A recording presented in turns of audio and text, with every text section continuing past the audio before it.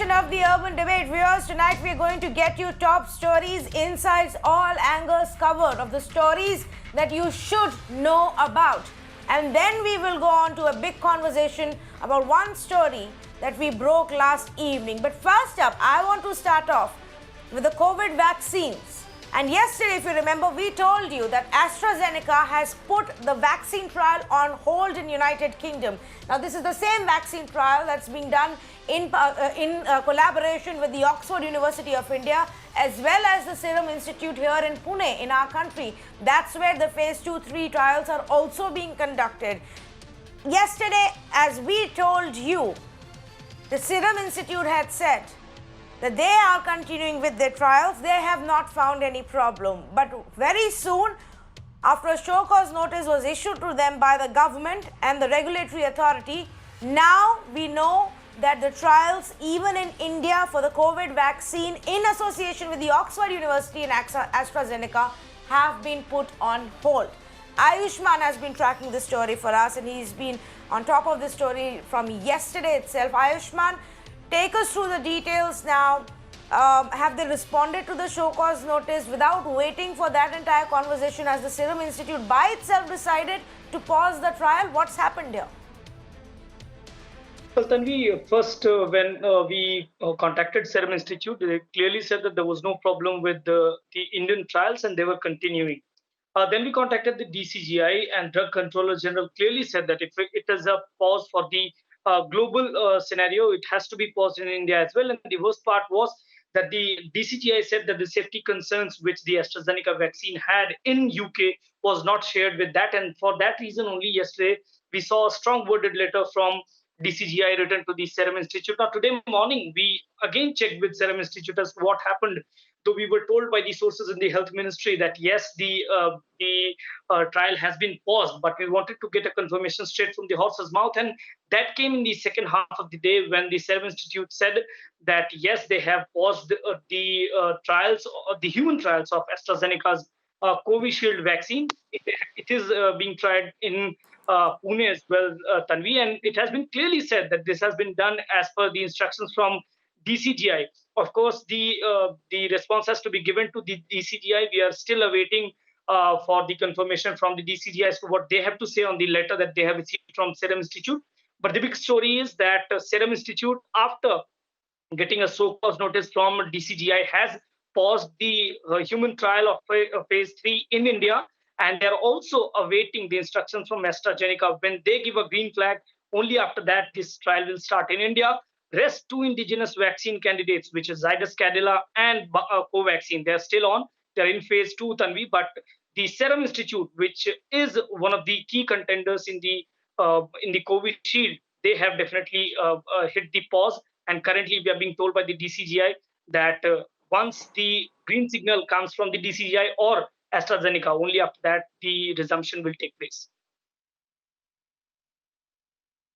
Yes, because, and this is what we highlighted yesterday, many experts also raised this point that if it is the same vaccine, the same composition that is being tested and tried across the world in different parts from UK to India, then if there is a problem in UK, should we not wait to find out what has happened in UK before we continue with the trial here? That would be very risky for the volunteers who are actually participating in the trial, which is why it has been put on hold now. Maybe it will turn out after deeper investigation that the trial can continue and there is no problem with this specific vaccine or its composition, but we have to wait and watch for that. Now, Ayushman, let's also bring in a little bit of more background into this specific. This is not our only hope, of course. Across the world, there are many vaccine trials that are being conducted, but take us through some more details about this specific one and how deeply is the Serum Institute involved?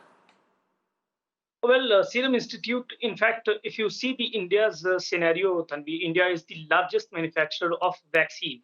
In fact, if you remember, the AIMS director in his press conference clearly said that India is a manufacturer to 60% of the global vaccine that takes place. And if the direction that India is going right now, it would be significantly important player in manufacturing the COVID vaccine. Whichever vaccine may succeed, India will remain a key player. Now, what has happened here in the Serum Institute is that they had already started the human trials. Now, what actually happened in last 24 hours is that there was a clarity needed because it was a global pause that has to be done. Now, that did not clearly was done in the case of Serum Institute, which they said that there was no problem with India, to which the DCGI took a strong exception to. Now, we have also written to AstraZeneca. We are still awaiting a response from them, Tanvi. But there are reports which we have seen in which it has been said that one candidate where the safety issue has been raised, that AstraZeneca is ruling out that it is because of the vaccine. But definitely that is still awaited because we haven't yet received the official reply from AstraZeneca. So the vaccine hitting a pause and then it is continuing in India. That is something that did not go well with the DCGI, and that's why you saw the show cause notice, and it clearly said that why action should not be taken upon the licensing authorities also were not intimated of the fact of the safety issues. So all because of this, Tanvi, we saw this letter, and only after this letter was written to the Serum Institute, we saw this halt coming to the trial. Now it is awaited as to when the green signal is being given from the AstraZeneca side so as to resume the human trial. But for now, definitely the hope of getting a vaccine by early 2021 has definitely hit a roadblock. We hope that soon something new comes up. Yes, it has definitely hit a roadblock. Now, the trials that were being conducted here in the Serum Institute were, and the permission that they had was for phase 2 and 3. Very quickly, Ayushman, before we move on to the next story, the licensing authority, the drug controller authority, has also asked for the details. Have those details been sent across by the Serum Institute about what's really gone wrong? Because not enough information is easily available in the public domain about what happened to the trial in United Kingdom. Well, Tanvi, that has to be shared with the DCGI because that is something which is the core contention point here. Because currently the DCGI, if you see the letter that we had yesterday from the DCGI, it clearly said that on its own the institute did not provide them the details of what has happened over the safety issue. Now that will definitely be shared. It is only a matter of timing as to when that report has shared with the DCGI, but that report has to be shared because it is the licensing authority which needs to know everything. Because this is not something which is happening on the lab rats, but it is something which involves the human lives, and any safety concern can't be avoided. And for that reason, only each and every detail has to be submitted in pen and paper to the DCGI and the licensing authority. And for that reason only, we have still spoken to the DCGI, and we are still awaiting, Tanvi, as to what is the report. Though it's a confidential report, we'll try and get as many details as we can. But for now, definitely we are being told that yes, all the details of the safety and also what has gone wrong in UK has to be shared with the DCGI and the licensing authority if this has to move forward, Tanvi. All right, Ayushman, thanks so much for bringing us all of those details. So this is the confirmation that came from the Serum Institute today that even the Oxford University AstraZeneca vaccine trial in India has been put on hold until, of course, in UK, the company really decides what's gone on, what's gone wrong, if anything has gone wrong, and what has to be done with this trial. Thanks, Ayushman, for bringing us those details. Let me quickly tell our viewers that what is the status of various vaccine developments or research and trials that are going on across the world. One, of course, is this, where now the phase 3 trial in UK has been halted. Then the other one is of Sinovac, which is also conducting trials, and they have reached phase 3. Moderna is one of the other big ones that is being tracked very, very closely globally. That's also entered phase 3 and is currently carrying out trials of phase 3. CanSino Biological Inc. is carrying out vaccine trials in phase 2. Biotech is the other one where phase 2 and 3 trials in multiple parts of the world are being carried out. Then there is Bharat Biotech, which we are carrying out here in India in multiple locations, and that the government itself is very closely tracking. Novavax is the other one where it has entered phase 2 and 3. Then there is one being carried out by the Imperial College of London, again in phase 2. Zydus Cadila, another big pharma giant, is carrying out the vaccine trials. They've reached phase 2. And then there is one by CureVac, which has entered phase 2. And of course, the big claim that's been made by Russia, that is still under investigation. So this is the status. Let's hope that we get a vaccine soon. May or may not be. by the end of this year. But let's move on to the story number 2 here on the urban debate, and let's turn our attention to what's happening along the line of actual control in the corridors of the government, and also in a very crucial meeting that's currently going on in Moscow in Russia, where the foreign affairs minister is meeting his Chinese counterpart. Mr. Jaishankar is having a meeting with Wang Yi, bilateral talks where, of course, the Ladakh standoff, the Ladakh situation will be brought up and will be discussed. But we are being given to understand that situation since the last face-off, which happened 2 days ago, has not really improved significantly. Still a massive buildup of troops. In fact, they're extremely close to each other along the LAC. This kind of an face-off hasn't really happened with such less distance. Manu Pabi, senior writer of Economic Times, who's been tracking this standoff now since day one, is joining me right now for the latest. Manu, let's start with the ground situation. What is it that you know so far about what's happening along the LOC in Ladakh? The area which remains hot right now is the Trishul subsector.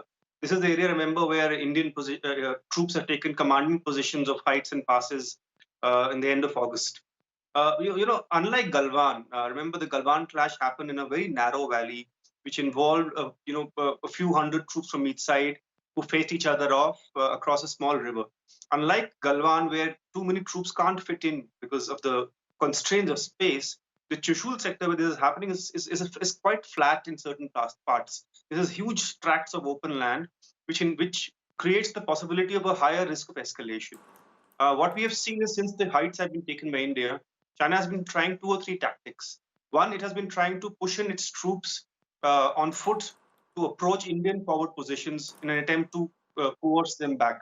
Secondly, it's also mobilized its light infantry combat vehicles and light tanks to move towards Indian positions.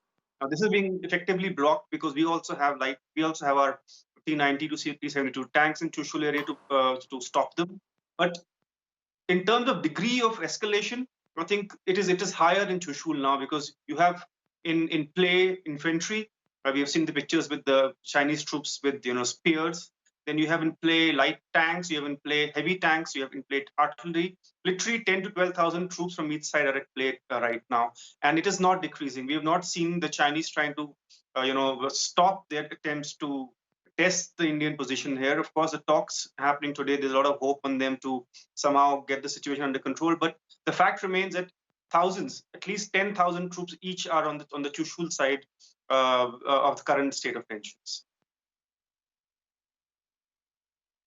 So in Trishul itself, you're saying this significant amount of build-up, not just of the troops or the personnel, but also their artillery being brought in, their missiles being brought in. From our side also, now we have to take steps to block it. There were talks at the army level, at the brigadier level, that were held. We were given to understand that they have agreed to take it to the next level now. What's the sense that you have, or what are you picking up from your sources within the defense right now, Manu? Because is everything hinging on the meeting today between the ministers? See, the talks at the military commander level and the battalion level, they have not really brought much hope of resolution. What they're doing is they're keeping things at an uneasy, calm status. So there's a way to talk, but there's also no going back. So yes, a lot of the hope is at diplomatic level talks. It is not going to get resolved at the military commander level talks for sure, even though we know the Chinese have asked for a co-commander level meeting also. But the feeling inside the security establishment is that what the Indian troops have done over the past week, 10 days, has enabled a situation where talks can happen and there can be a little give and take, because there is something on the table for each side to discuss. But yes, military level engagements, I think it's more or less over. The only thing we can hope with these military level talks is that things don't take a very violent turn. And in the last few meetings, we have conveyed very strongly to the Chinese that, unlike Galwan, where we had a physical brawl and a clash, at Trishul, if there's an attempt to breach, say, a safe distance, which could be maybe say 10 to 15 feet from the Indian side, there would be consequences. We would not allow the Chinese to come within striking distance of their spears and their crude stones. So it is, I think the warning is strong from our side that this time around, this will be met with a professional response. And as you know, shots have already been fired on the border when the Chinese were attempting to reach one of our posts. We've spoken a lot about Galwan and the significance of it, the territory of Galwan. Of course, we've spoken a lot about many other parts around, the Pagangso and the territory. But tell our viewers, explain to us why Chushul? Why has this now become, the focal point of this standoff, Manu? It's mostly to do with Pangongso Lake. If you remember, Galwan got sorted out quite a bit in the sense after the clash. Both sides decided to pull back and vacate forward positions after we lost soldiers on each side. But the action remained at Pangong. And the north bank of Pangong, the Chinese refused to go back, and we were left with very little option, to talk, because the Chinese were just not moving back. We are a token withdrawal for finger force. The only option for us to have some kind of control or some edge on the lake was to occupy these strategic heights on the south bank, which is the Chushul subsector. So it's basically, we have done a bit of what the Chinese have done to us, but we have not crossed the LAC in our case. But we have taken dominating positions on the southern bank, which is the Chushul subsector. We have effectively closed all options for the Chinese to send in troops or armor into the southern bank. And in doing so, we also, taken positions through by which the Chinese side feels a bit threatened, because we're overlooking several of the camps which are on the other side. And I think that also gives us that little bit of an edge on the negotiating table when we sit down to talk. Well, we can definitely see how they have been, we've sent a tough message across to them after the Galwan clash at every single step. Every time they've attempted, they've been blocked, thwarted, and in this case, a tough message also going about what it is that we can do if we decide to hold our ground and push back. Let's wait and watch what happens, if anything really comes out of the meeting between Jaishankar and Wang Yi, his Chinese counterpart, the meeting currently on in Russia. Thanks, Manu Pabi, for all the insights and for the updates and for tracking this story so closely and bringing us the facts. Viewers, this continues to be our top focus. Like Manu Pabi was telling you, the situation still, at least in Chushul, is extremely tense. It's an uneasy calm. There's a huge amount of build-up of troops and soldiers, of tanks and missiles of all different kinds. In the case of Chinese, some of them who've come right up to the front line are actually standing there with spears. Last time it was stones. So almost all kinds of weaponry that you can imagine is currently being built up on both sides. One can only hope that some sense prevails amongst the Chinese and they pull back and that we are able to diplomatically really resolve this situation. Let's move on to story number 3 here, and the story about the big face-off between Kangana Ranaut and the Maha Aghadi government, the Uddhav Thackeray government, that's really gone on for the last 2-3 days.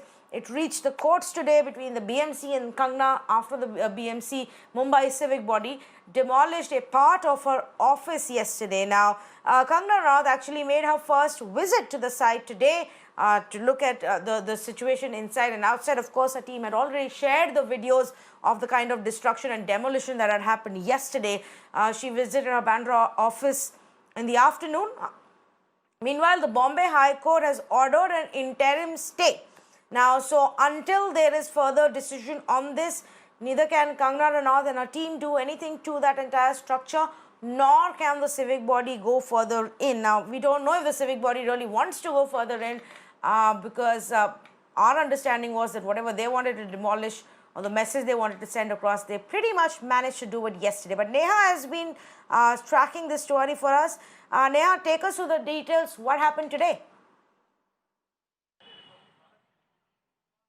Yes, Tanvi, as you were correctly mentioning that accordingly the BMC has kind of pretty much achieved what they wanted to really do, because remember, even in the affidavit today in the Bombay High Court, they mentioned that there have been illegal alterations that have been done in the office premise of Kangana Ranaut, which were not informed to the authorities, and which is why this kind of action had to be taken. Remember, the Bombay High Court had pulled up the BMC yesterday saying that without the presence of the owner, how is it that the BMC went ahead and took this action? decision. And in fact, Kangana Ranaut also asked that her defense asked for more time from the court to be able to produce the required documents and also to be able to file a rejoinder to the BMC's affidavit saying that whatever their claim was, they have to give their specific documents and their side to it, which is why to be able for both the sides to prepare their theories on this, that the court has given them time up till September 22 and the matter will be heard then. But a lot of drama even unfolded outside the court, wherein we saw the actor herself and her sister visiting the office premise.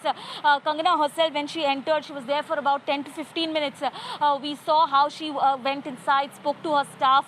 She walked through the entire pillars and everything that was demolished inside her office, and then she came out. In fact, in the evening, we saw Union Minister from the central government, Ramdas Athavale, also making a visit to her place here at her residence where we are standing right now. This is the residence here in Khar where she stays. After about 30 minutes or so, when he came out, all he had to say about how this was a revenge tactic that the state government has taken against the actor for speaking her mind, and due action should be taken against the authorities and all of those who have done this to her. So a lot of Tanvi, something that was only a war of words between the actor and the state government, today out and out became an entire tussle between the central government and the state, because we've seen a minister actually coming here and showing the support to the actor. Yesterday it was only the different party and political organizations who were making their presence shown, but here the minister himself has come here, taken her side and vehemently spoken against the Mahavikas Aghadi government here. All right. So, Neha, that's as far as, the court's interim order is concerned. But there were a couple of other issues that people have been talking about. One, of course, is the fact that while this time the focus was office, there was earlier another case about her home, and Kangana Ranaut says they're going to come after my home as well. The other big legal point that was raised was about, a previous order by the High Court in March asking the civic body to not carry on any demolition work. Were any of these issues, Neha, part of the hearing today? Did anything emerge from that?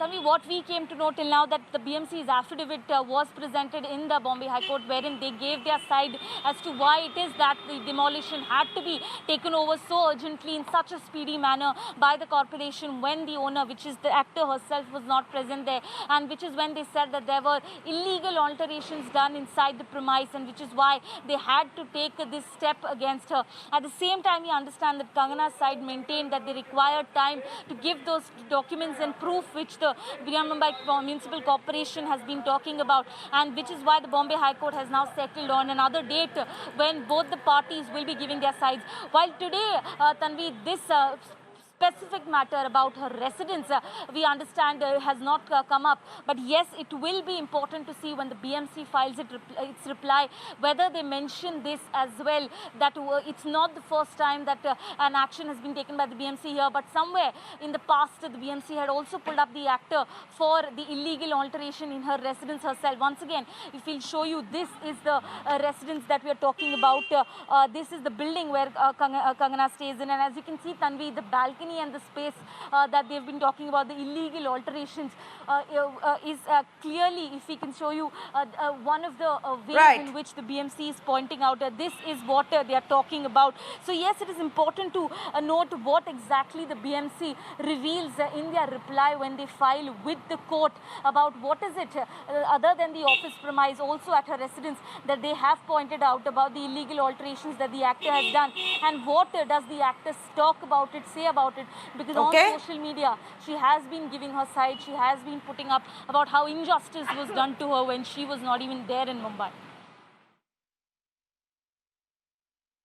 All right, Neha Kulkarni, they're tracking, the story of a face-off between Kangana Ranaut and the Maharashtra government, as well as the Mumbai civic body. Thanks so much for bringing us a day's roundup there, Neha, on that story. Let me also very quickly read out what Kangana Ranaut said on Twitter today, continuing with her attack at Chief Minister Uddhav Thackeray and the Maharashtra government. In a series of tweets, she said, and I quote, "Your father's good deeds can get you money, but you have to earn the respect by yourself." End of quote. This heated war of word continued, of course, and attracted a lot of political reactions. Ramdas Athavale, Minister at the center also visited Kangana Ranaut later in the evening to express his support with Kangana Ranaut. But let's move on and get you a quick update on the other story that we've been tracking for a while, which is Riya Chakrabarti's arrest case. And Riya, along with, of course, her brother, as well as Sushant's manager, Samuel Miranda, who are currently have been arrested by the NCB. Now, all of their bail hearings were adjourned for tomorrow. That's when we will find out if they get a bail, not get a bail, what really happens. Santhya standing by with the day's lowdown on what happened today. Santhya, take us through the details. So Tanvi, the arguments for the bail hearing started at around 11:30 in the morning, and they went up till 3 p.m. The proceedings started with Advocate Satish Mani Shinde arguing for Riya Chakrabarti's bail, and he started with remand copies points because his bail is actually based on that. He has pointed out that in the remand copy itself, it looks like that NCB doesn't have anything on record, and this is something which is mentioned in Riya's bail application as well, that NCB has absolutely nothing on record to show that Riya was part of any drug syndicate or had any connections with any drug peddlers. Apart from that, as per the NCB's remand copy itself, it is clear that NCB has nothing on record to show that Riya was that NCB can actually prove any of its allegation against Riya Chakrabarti. Now, while arguing Shouvik Chakrabarti's bail plea, it was mentioned that how when NCB raided Shouvik Chakrabarti's house, where he lives with his sister Riya Chakrabarti as well, NCB did not find any drug or contraband or any money as well, which could be attributed as a sale proceed of the drugs. And apart from Riya Chakrabarti and Shouvik Chakrabarti, Tanvi, Samuel Miranda, Dipesh Sawant, Zaid and Basit, these people's bail hearing was also today only, and Mumbai Session Court, NDPS Court, has kept the orders for tomorrow. Tanvi. All right, Santhya, thanks so much for bringing us those updates. We, of course, tomorrow will be the interesting day where we'll find out what happens in the court as far as their bail plea is concerned. Let's move on and get you the fifth big story here at the 8 p.m. on Urban Debate, and this is to do with the Maratha reservation. Now, if you remember, viewers, the Maharashtra government had come out with a specific quota for the Maratha community, both in college admissions as well as for jobs. This was then challenged in the Supreme Court, and today a significant decision came in by the Supreme Court. As an interim order, Supreme Court said that the Maratha quota will not be applicable in jobs and admissions this year. In fact, they've made some very, very interesting comments saying that you cannot really compare Marathas to other marginalized groups, and a very interesting observation being made by the courts that the government, the state government of Maharashtra, has not even proven it properly on legitimate grounds why the Marathas should be given this quota, which is usually meant for the marginalized communities. Meenakshi Bhanja joins us with the lowdown on what happened in the courtroom. Meenakshi, take us through the details. It's been a big fight that's been going on. Details, of course, still emerging of what happened in the court hearing. But what did the Supreme Court have to say?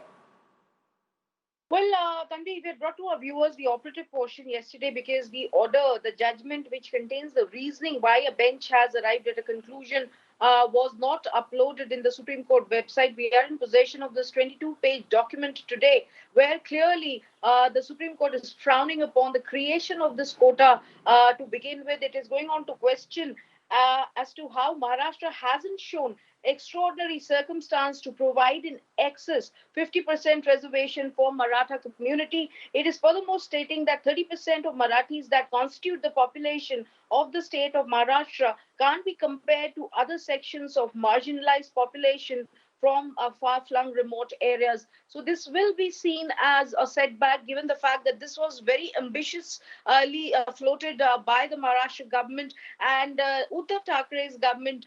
It will be seen as not being able to successfully defend the reasoning why Maratha quota was envisaged to begin with. Now, of course, we know that this will be further scrutinized by a superior strength bench composition of the Supreme Court, which will be set up at a later point in time by the Chief Justice of India. But clearly, yesterday we had brought to our viewers as to how, in the interim, the operation of this quota then will be stayed. So the impact is that the Maratha quota for now stands as stayed, and we are already seeing a war of words escalate on this issue with a former chief standing council of Maharashtra already trade charges with the present advocate general of Maharashtra, alleging that Maharashtra has met this fate as a result All of right. the lack of failure on the AG's part. All right, Meenakshi Panja, thanks so much for bringing us those details, specifics really pulling out from that order that the Supreme Court gave yesterday, the details of which were made public today, and some very, very interesting questions being asked by the Supreme Court. On what grounds did you decide? You've not really managed to prove or convince us on why this quota was necessary for the Maratha community. We'll keep a close eye as that hearing proceeds further. But for now, this year, of course, like we told you yesterday itself, there will not be any Maratha quota in admissions at all. We're going to take a very short break at this point. On the other side, the story that we first brought to you yesterday about a massive scam linked to the PM Kisan Yojna that has been unearthed in Tamil Nadu, worth 120 crores, that people who were not eligible for this scheme, the central government scheme, but have managed to get the money. Now, the big question that we are asking is if it's possible in 13 districts in Tamil Nadu, it may be possible anywhere else. Is there a need to relook at the way the direct benefit transfers that are supposed to be more foolproof than any other method that we've known so far? Is there a need to relook at that? That's the big debate on the other side. Stay with me.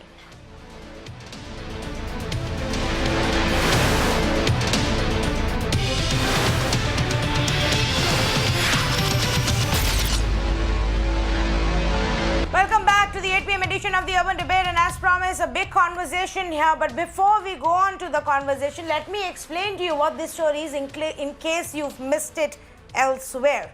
The story is about the Pradhan Mantri Kisan Gareeb Kalyan Yojna.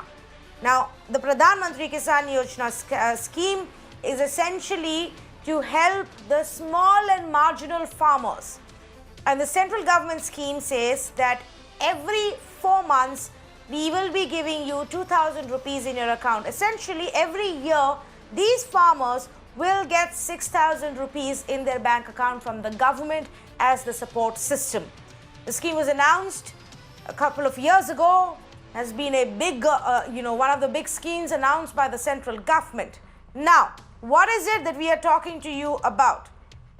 The scam that has been unearthed in Tamil Nadu. It's so far, the authorities, the investigators have found that this kind of a system was going on in 13 different districts. Not one office, not one village, not one single middleman or corrupt data entry operator, but in 13 different districts. How did this scam function? Well, ineligible people, basically somebody who's not eligible, a farmer, a poor family who's not eligible for this scheme, went ahead and applied for it. They paid a bribe money to the middlemen. This money was about 500 rupees. Imagine, to get 6,000 additional rupees, they were willing to give 500 rupees as the bribe money for the fake account, or for the account for the fake beneficiaries to actually be created. Now, how is this happening? The computer operators, those who are meant to punch in the data for the paperwork, for the documentation, for the creation of the accounts, they are the ones who are involved in this scam. So the computer operators punched in for the fake beneficiaries, created this account and pocketed the money. How did they get access to the system? Well, in some cases, they allegedly stole the password. In other cases, the local administration officials were also in cahoots with them. And so they all colluded together to become this big nexus where little by little 6,000 per account that was being pulled out from the central government scheme and being given to a fake beneficiary, and they were earning a commission of 500 rupees out of it. Private operators, government officials, bulk approval given for this kind of a system without anybody really checking who's getting access to the system, who's getting access to the password, and fake accounts were being created for these beneficiaries who otherwise would not have got the money. Now, this being said, It's happened in 13 districts. It could perhaps be in a lot more. We don't know. And that, viewers, is my biggest problem with this story. If it can happen in one place, it can happen in many other places. We were given to understand that the main key point, the USP of the direct benefit transfer system was that you were cutting out the middleman. There was no other person involved. It was a direct transfer, and which is why there would be no leakage, there would be no fraud. Money would go from the government to those who needed this money. But clearly, as this scam has shown, officials, data entry operators can manipulate the system. Clearly, as this scam shows, it's not about a one-off case. It can happen at a larger scale, in this case across 13 districts.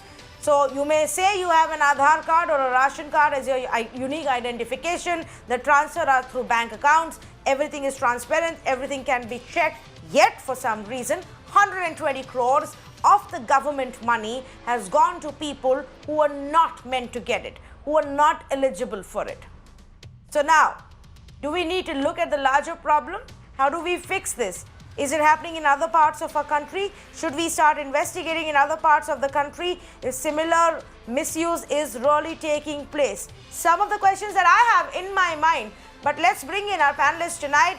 I've got Mr. V.A. Pugayendi, spokesperson for the AIADMK, joining me this evening, Anila Singh of the BJP, and Avik Saha, convener of the Jai Kisan Andolan, which is the farmers' wing of the Swaraj Abhiyan, also with us this evening.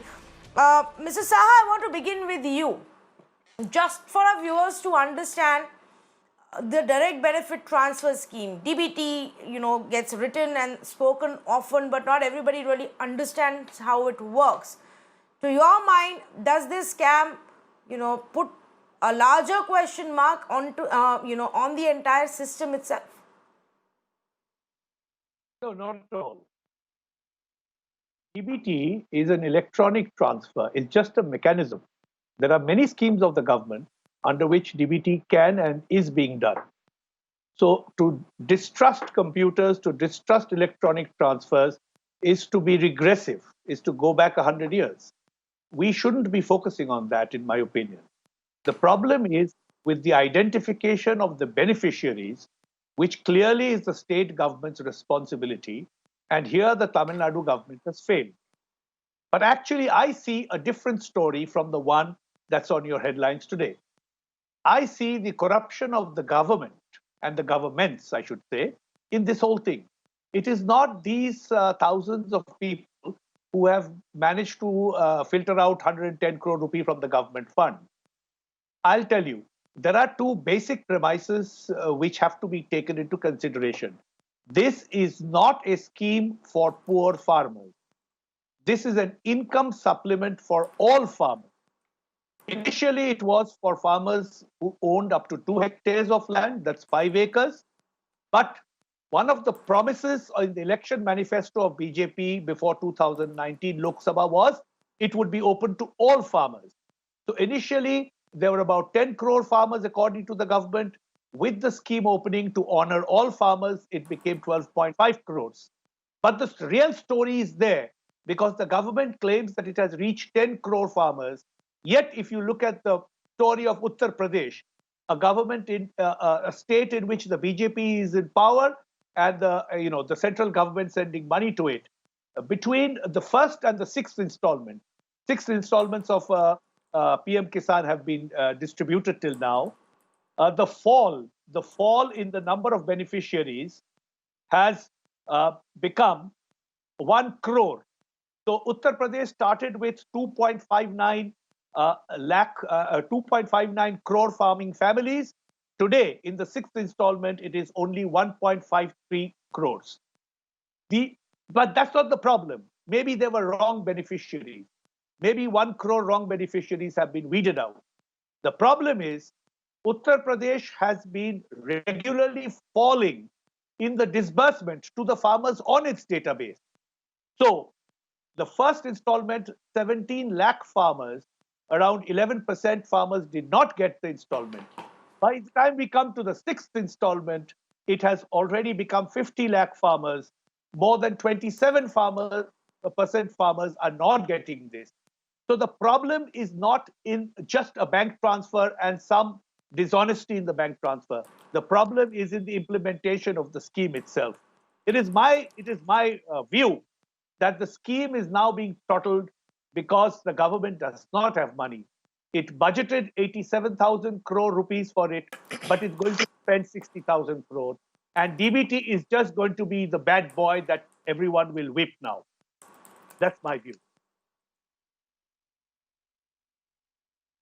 Okay, you say that the onus is really on the state government in this specific case to identify the eligible farmers and to get them enrolled.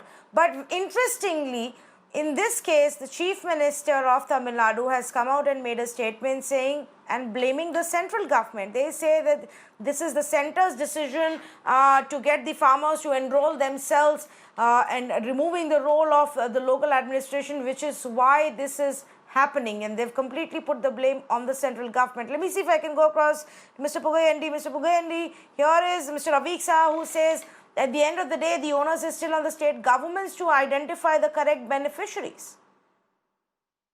Good evening to Mirror Now. Good evening, madam. This initially, you told very clear that while appreciating, directly transfer the money. That is a scheme now. Because I am not complaining against the central government, I am not blaming. It is a very good scheme for the poor farmers. Unfortunate, now misusing these things are going on.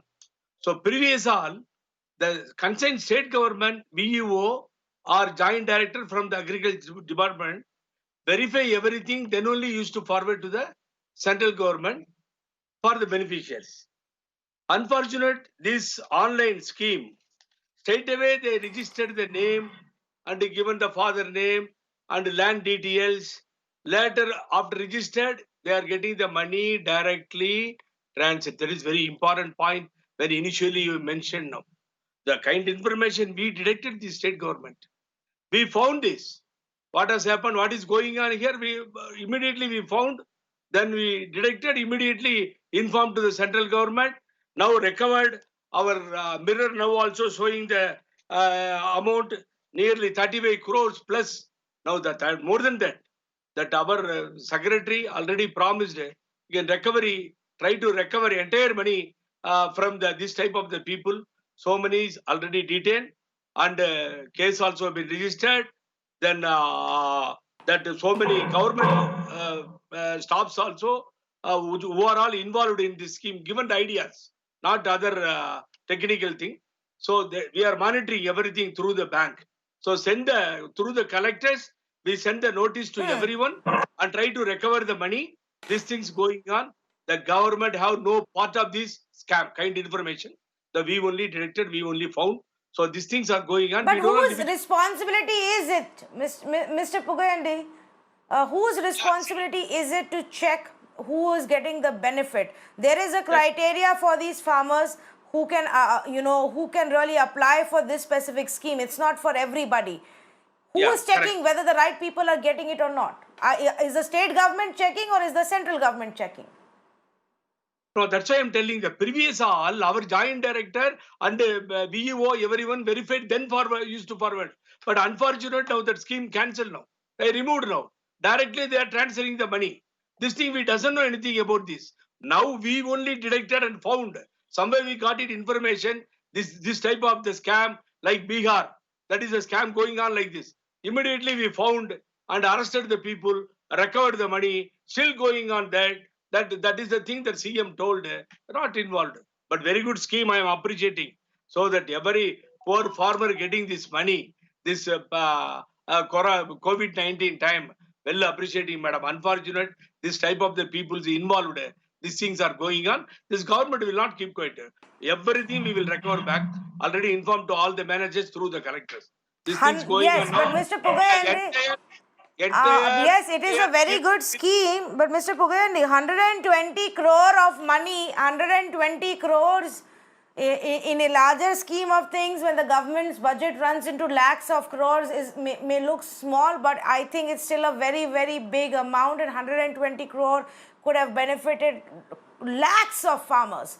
the ones who actually deserve it, and it went to people who are not eligible for it. And in many cases, we are given to understand, since only one person from each family can apply, the entire family has been applying and getting that money. In some other part of the country, somebody may not have actually got this money then. Let me bring in Anila Singh of the BJP. Anila Singh, my concern is this.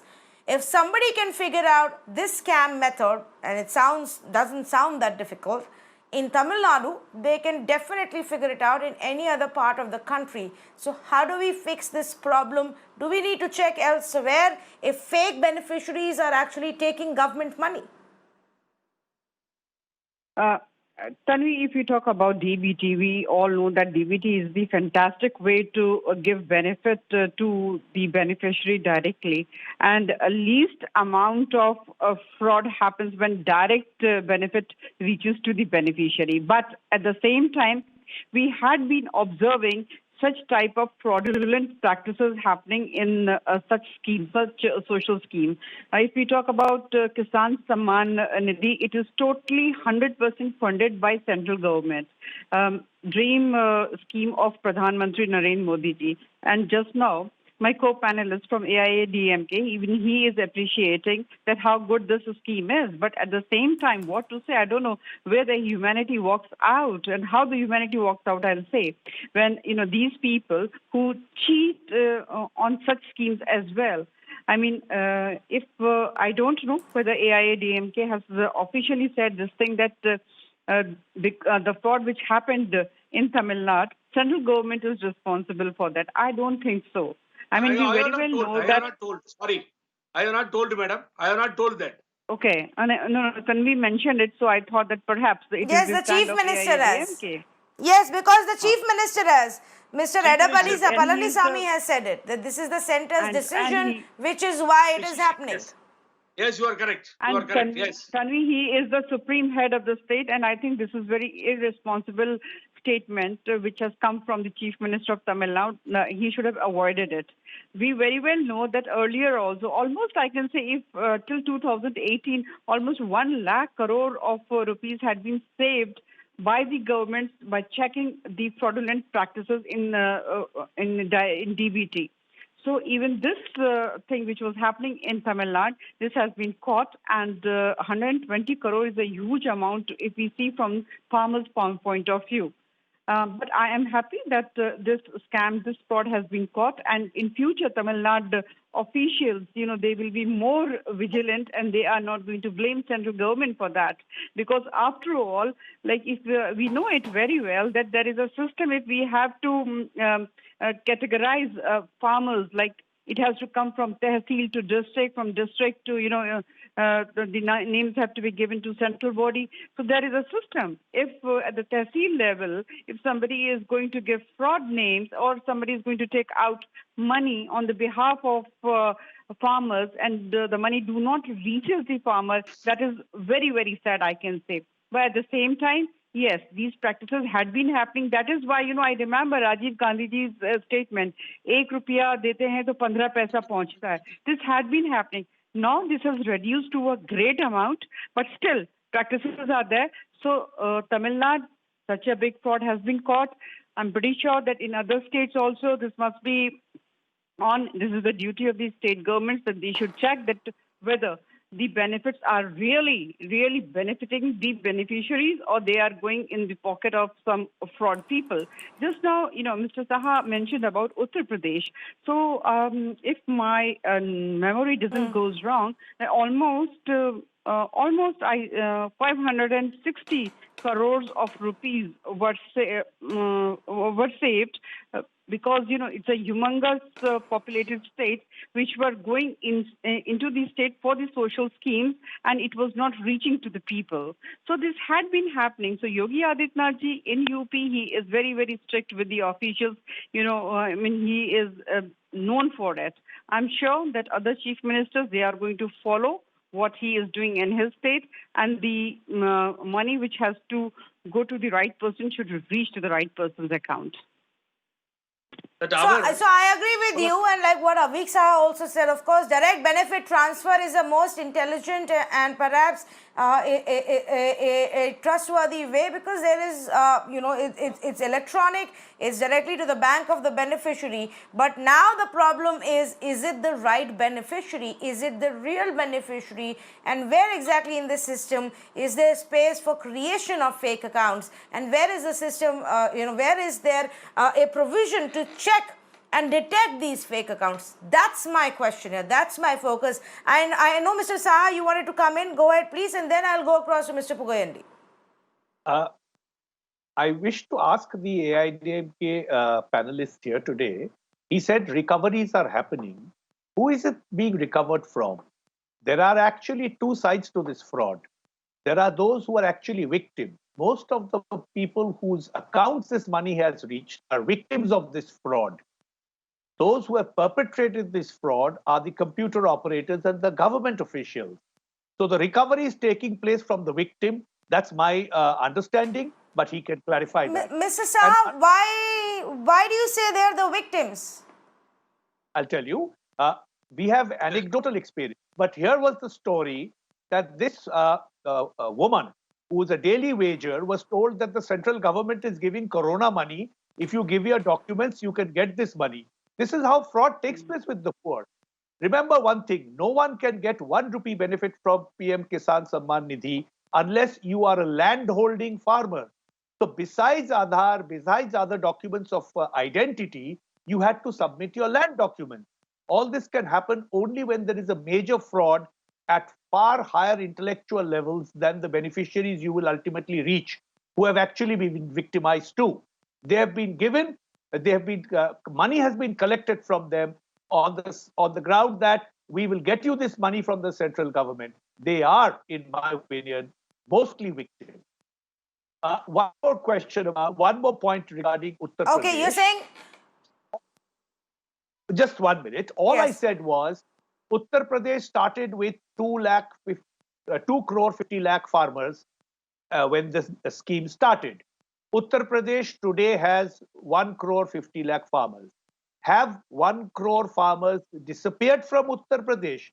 And even among the 1 crore 50 lakh farmers, only 73% have received this money. Don't you think that the implementation of the scheme itself is giving rise to these situations where tomorrow the scheme itself will be questioned? That's my worry. That's what I wanted to foreground.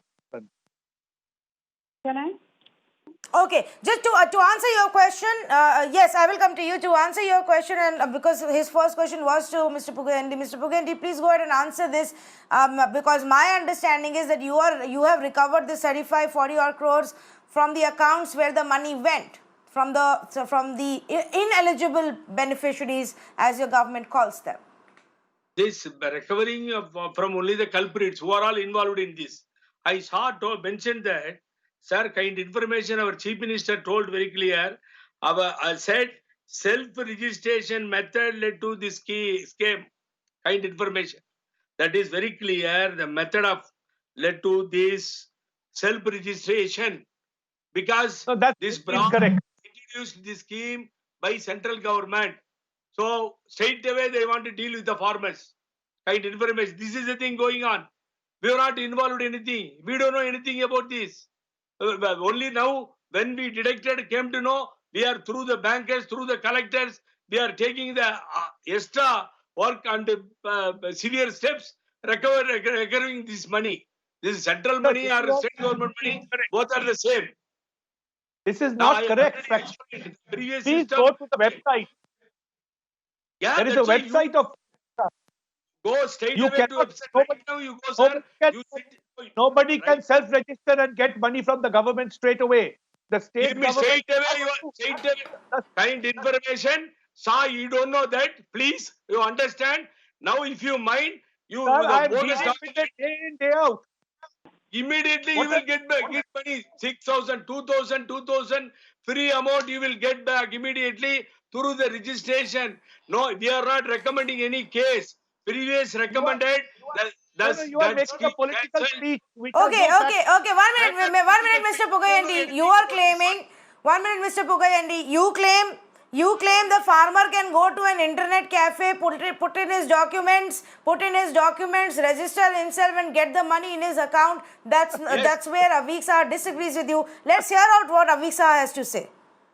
There is a It's clear owned by process central of government. verification. Central government. There is a clear process of verification.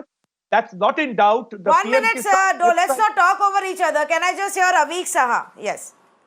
The PM Kisan website allows you to register, allows you to upload documents, and then you have to wait for the verification process, which is in the hand of the state government.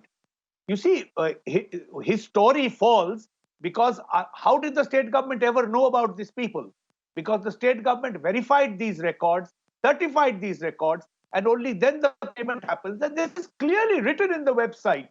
I don't know from where he's spinning this story. This is not my word against his. This is a central government website. It's a portal. There is a process in that portal which anybody can go, any viewer can go and see.